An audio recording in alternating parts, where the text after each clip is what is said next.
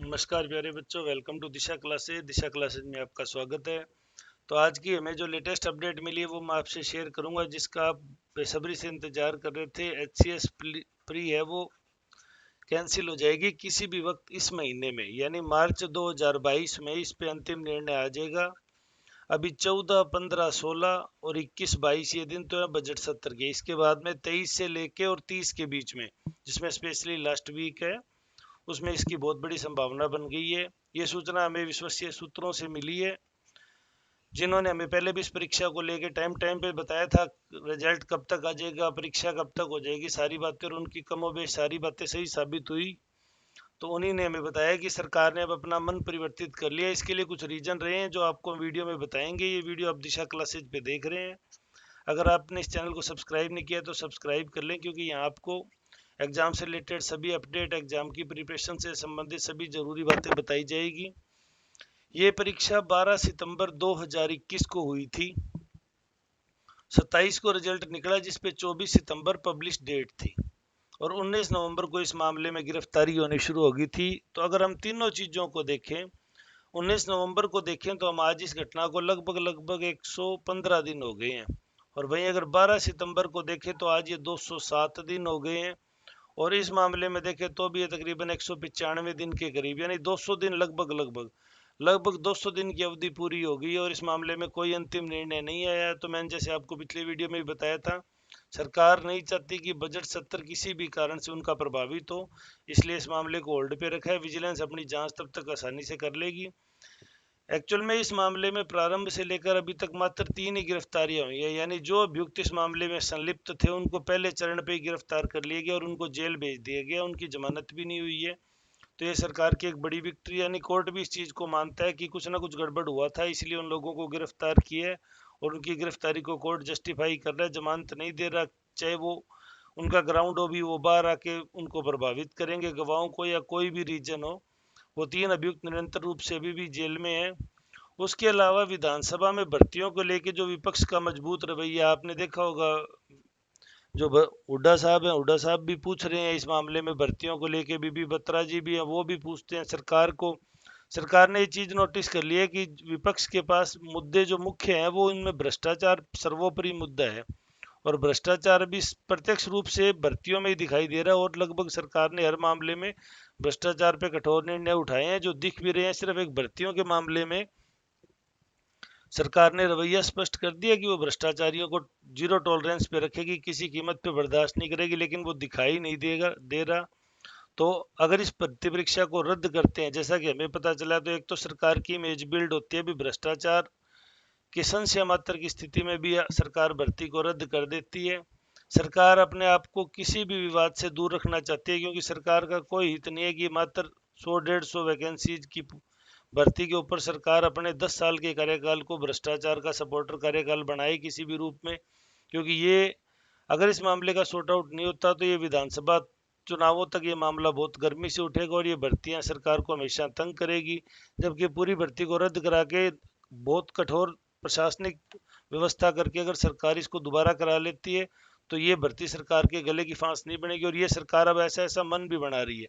हमें जिन्होंने सूचना दी उन आदरणीय महोदय ने ये भी कहा हमें कि सरकार नहीं चाहती भी किसी भी थोड़ी सी भी लूप होल, कोई गुंजाइश रखी जाए। दूसरा, सरकार पे एक दबाव आ गया। पड़ोसी राज्य में आम आदमी पार्टी की जो सरकार बनी है वो प्रचंड बहुमत की सरकार है।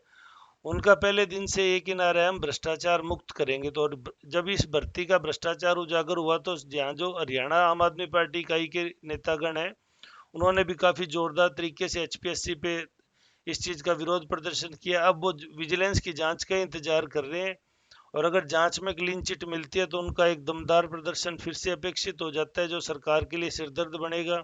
पड़ोसी राज्य में अगर देखा जाए तो हरियाणा के पश्चिम में, पंजाब में भी आम आदमी सरकार, और पूर्व में दिल्ली में भी आम आदमी सरकार। तो सरकार पे इस चीज का बड़ा प्रेशर हो गया। उत्तर प्रदेश चुनावों में देखिए, वहां जो पेपर आउट हुआ था, उस पेपर को सरकार ने दोबारा लिया, लिमिटेड टाइम में लिया, जिसकी वजह से सरकार की साख भी बनी, और सरकार की जो इमेज बिल्ड हुई उसका फायदा सरकार को चुनावों में भी मिला। सरकार इस चीज को भी मान रही है, भी जनता नोटिस करती है। अगर आप भर्ती परीक्षाओं को फेयर कराने में कामयाब होते हो तो जनता इस चीज को अप्रिशिएट करती है, जिसका अंतिम परिणाम है वो आपको चुनावों में भी देखने को मिलता है।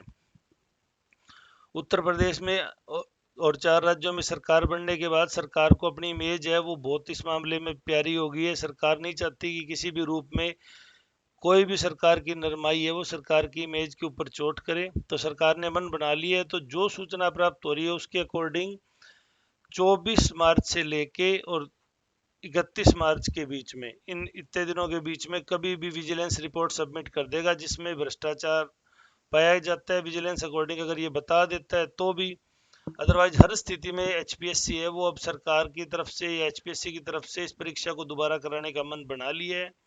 परीक्षा जून माह में होगी, जून 2022 में एक्सपेक्टेड है। कारण जून में एजुकेशनल इंस्टीट्यूट सारे खाली हैं, आपको संडे का इंतजार करने की भी जरूरत नहीं है।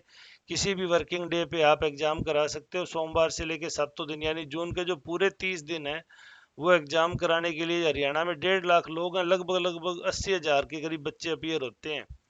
फार्म जरूर 1.5 लाख भरते हैं, तो 80,000 बच्चों को अगर जितने भी जिलों में सेंटर बनाना सरकार को उचित लगेगा तो वो परीक्षा एक दिन में करवाई जा सकती है, सुबह और शाम की पारी में। तो जून का पूरा महीना सरकार को सूट करता है।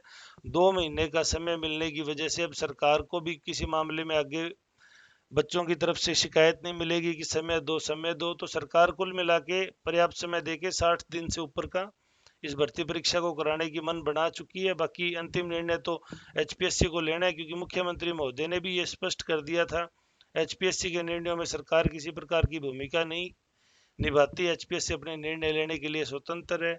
फिर भी जो हमें जानकारी प्राप्त हो रही है वो ये हो गया कि सर भर्ती परीक्षा रद्द हो रही है और जून माह में दोबारा से कंडक्ट होगी।